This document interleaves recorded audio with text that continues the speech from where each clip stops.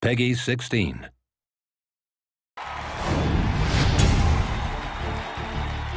What's up, guys? Nevin Dravinsky, producer on UFC Undisputed 2010, coming to you from the famed Black House Gym, once again in an undisclosed location somewhere in Los Angeles, California.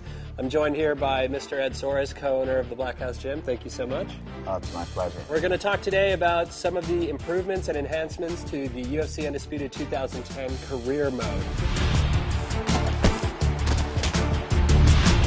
I think what you'll find is a much more immersive experience, much more representative of what real fighters go through. We have weigh-ins, a lot more interviews. We also have this concept of starting rivalries, and you get to kind of pick a fighter voice, and throughout the interviews you can decide what kind of response you're going to give about your opponent, about your sponsors. I mean, Ed, you've been a manager for a long time. You've kind of gone through this. I never really get any sort of antagonistic feelings from your guys. Is it just absolute confidence that these guys have? Definitely his confidence, but I just think that all of our guys are really good guys, and they're, all of the guys I manage, I tell people all the time, it's more like a family. It's more a group of guys that there's no one that I manage that I wouldn't let stay at my house. The game will actually track how you actually proceed in the game. If you're a guy that does a lot of head kicks in the game, eventually your opponents will start taking you down, or going to the ground, trying to exploit your weakness. Rogan and Goldberg might call out, like, the guy's knocked out his last 5 opponents via head kick, so you can't use the same game plan over and over again.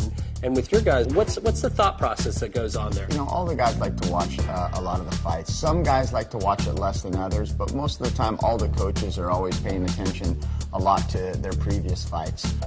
Every fight is different. A perfect example would be the last fight against, Cain Velasquez against Rodrigo. We really thought, even though he was knocking people out, he was really using his wrestling. So we thought that he was going to come in, and Rodrigo really believed that he was going to take him down. And he came in with the wrong strategy, and obviously Cain came in with the right strategy and won the fight.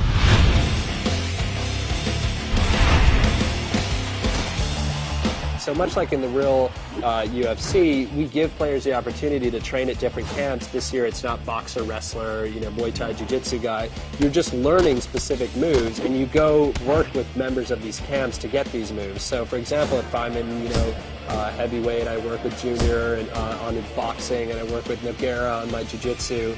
And as a result, I'll get these specific moves that I'll be able to apply to my fighter. So, in career mode, on top of being able to create my own fighter, I could create my body type, my weight class, what brand shorts I wear, what sponsors I have, and then I can also choose what camp I want to go train with. Correct. And all of these things get unlocked in tiers. When you first start out in your career, nobody knows you, nobody wants to sponsor you, But if you fight better, if you start winning, people will start to recognize you, notice you, and want to offer you stuff.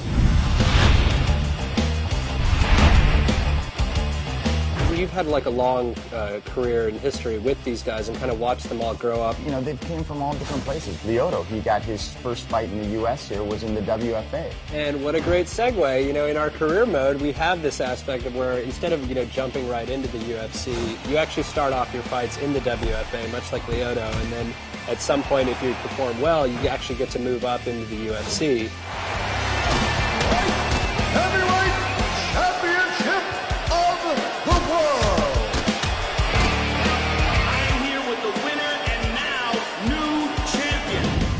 I think they got a little taste of some of the features in the career mode for UFC Undisputed 2010. I think so.